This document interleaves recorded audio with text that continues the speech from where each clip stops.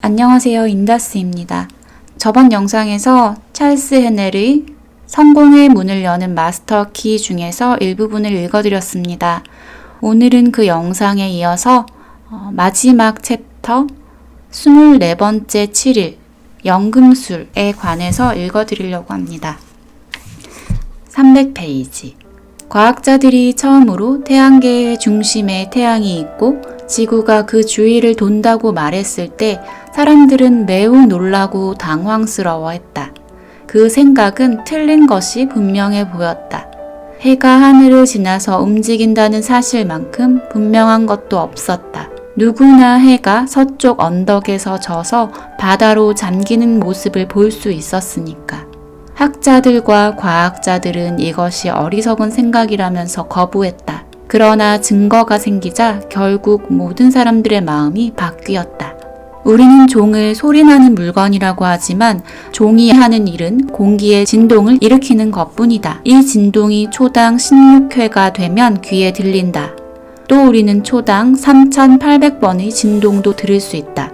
진동수가 이보다 높아지면 다시 정적이 된다.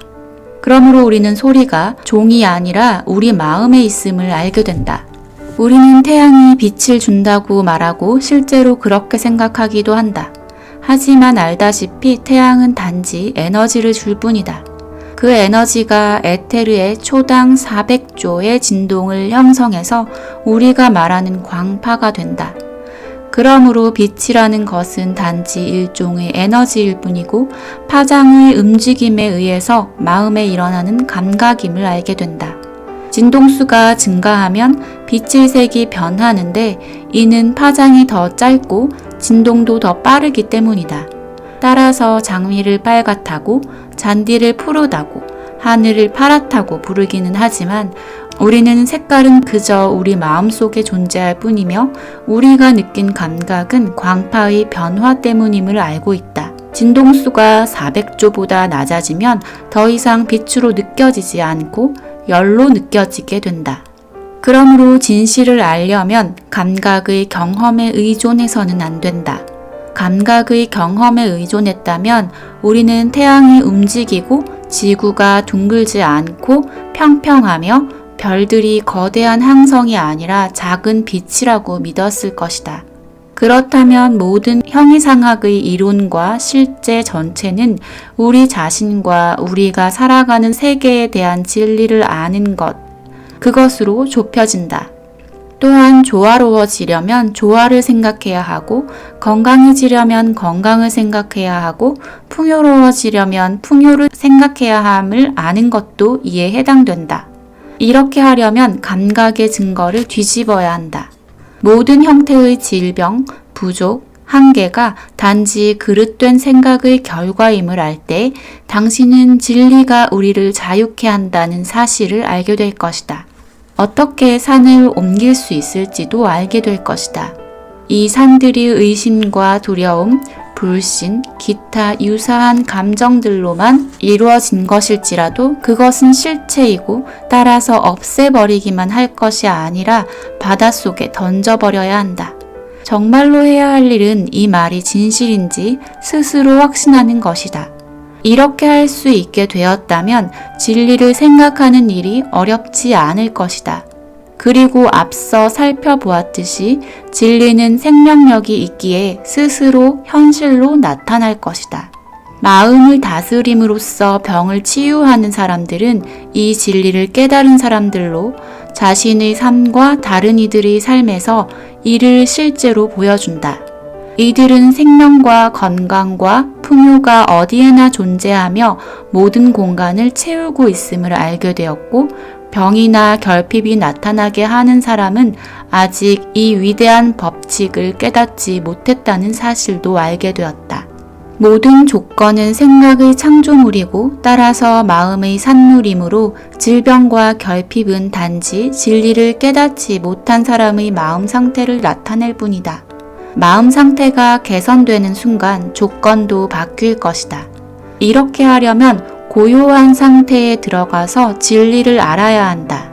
모든 마음은 하나로 연결되어 있으므로 당신은 자신을 위해서나 다른 사람을 위해서나 이렇게 할 수 있다. 원하는 조건의 심상을 만드는 법을 터득했다면 그 방법이 가장 빠르고 쉽게 결과를 얻는 길이 되겠다. 하지만 터득하지 못했다면 논증을 통해서 곧 당신의 주장이 진리임을 스스로 완전히 수긍하게 함으로써 결과를 얻을 수 있다. 기억하라.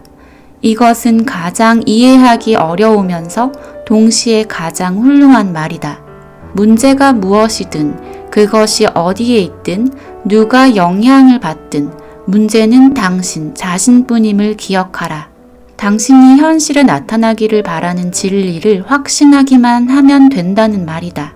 이것은 모든 형이상학 체계와 조화를 이루는 정확히 과학적인 말이다. 다른 방법으로는 지속적인 결과를 얻을 수 없다. 심상을 만드는 것이든 논증이든 자기 암시이든 모든 집중은 진리를 깨닫기 위한 도구에 불과하다. 누군가를 도와주고 싶거나 부족함이나 한계나 잘못을 바로잡아주고 싶다면 당신이 도우려는 그 사람을 생각하는 것은 올바른 방법이 아니다. 도와주겠다는 의도로도 이미 충분하다. 이렇게 하면 마음으로 그 사람과 연결되기 때문이다. 그런 뒤에 당신 마음속에서 부족이나 한계나 질병이나 위험이나 어려움 따위를 지워버려라. 당신은 이것에 성공하자마자 결과가 나타나 그 사람이 그런 문제들로부터 해방될 것이다. 그러나 생각이란 창조적임을 기억하라. 따라서 조화롭지 못한 조건들을 생각하게 될 때마다 당신은 그 조건들이 외형일 뿐 실체가 아님을, 또한 영혼만이 실체이며 영혼은 완벽할 수밖에 없음을 깨달아야 한다. 모든 생각이 일종의 에너지이고 진동이지만 진리에 대한 생각은 진동수가 가장 높아 어떤 종류의 거짓도 다 파괴한다. 마치 빛이 어둠을 없애버리듯이 말이다. 진리가 나타나면 어떤 거짓도 남아있을 수 없다. 그러므로 당신이 할 일은 진리를 이해하는 것이다. 그러면 당신은 모든 부족과 한계와 질병을 극복할 수 있게 될 것이다. 우리는 외부 세계에서는 진리를 이해할 수 없다. 외부 세계는 상대적일 뿐이다. 진리는 절대적이다. 그러므로 우리는 반드시 내부 세계에서 진리를 찾아야 한다. 진리를 볼 수 있게 마음을 단련하면 오직 참된 조건들만 나타나게 된다. 이렇게 할 능력이 얼마나 되는가가 우리의 발전 정도를 알려주는 지표가 될 것이다. 절대적인 진리는 내가 완벽하고 완전하다는 것이다. 진리는 논리적인 훈련이나 실험, 관찰의 결과가 아니다.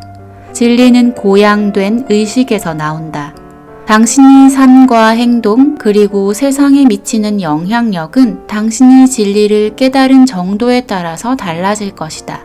진리는 신앙이 아니라 행실에 나타나기 때문이다. 진리는 성격에 나타난다. 환경과 숱한 상황과 사건들은 이미 잠재의식적인 인격 안에 존재하는데 이것은 그와 유사한 심적, 물질적인 것들을 끌어당긴다. 따라서 미래는 현재에 근거하고 결정되고 있다.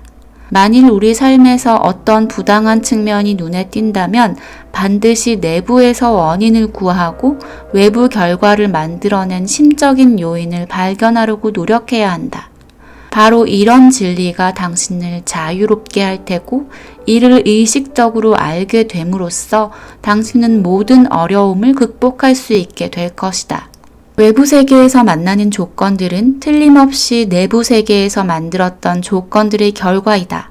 따라서 마음속에 완벽한 이상을 간직함으로써 이상적인 여건을 만들어낼 수 있다. 불완전하고 상대적이고 제한적인 여건들만 본다면 그런 여건들이 나타난다.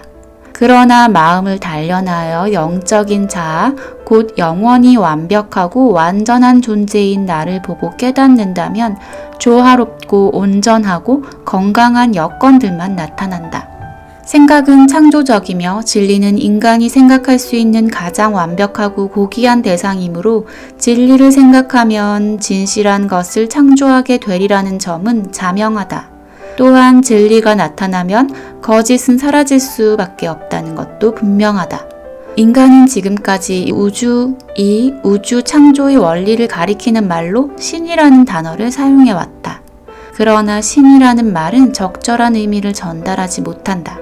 대다수 사람들은 이 말이 외부에 존재하는 대상을 의미한다고 생각한다. 그러나 실상은 정반대다. 그것은 바로 우리의 생명이다. 그것이 없이는 살아갈 수 없다. 죽을 것이다. 영혼이 몸을 떠나는 순간 우리는 무이다. 그러므로 영혼이 바로 우리의 전부이다. 그런데 영혼이 하는 유일한 활동은 생각하는 일이다. 따라서 생각은 창조하는 것이 분명하다. 영혼이 창조하기 때문이다.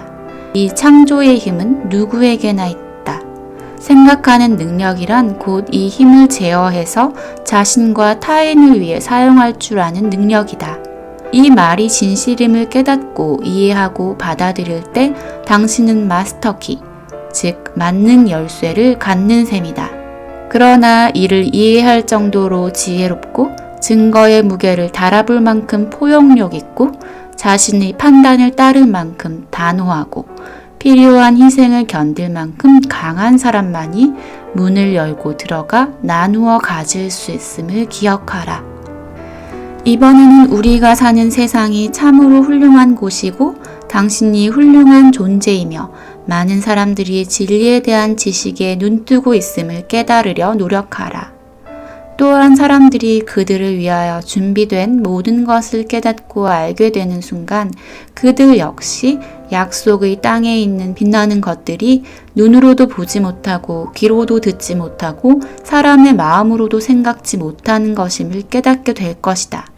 그들은 심판의 강을 건넜고 참과 거짓을 구분할 수 있는 곳에 이르렀으며 꿈꾸고 뜻했던 모든 것이 찬란한 실상에 비하면 한 점에 불과했음을 깨닫게 될 것이다. 저는 자기계발서들을 많이 읽는 편인데요. 그런 좋지만 우리가 어떤 계속 허우적대고 나오지 못할 때 돌이켜보면 내가 나에 대해서 생각하고 있는 믿음, 그리고 세상에 대한 믿음, 이런 것들이 굉장히 영향을 많이 미친다는 생각이 들었어요.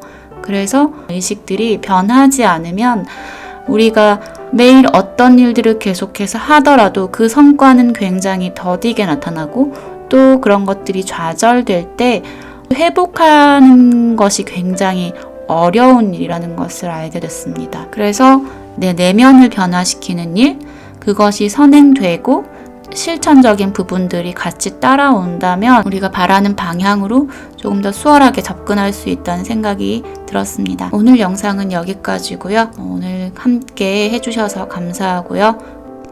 인생 다시 쓰기 모두 성공하시기를 바랍니다. 감사합니다.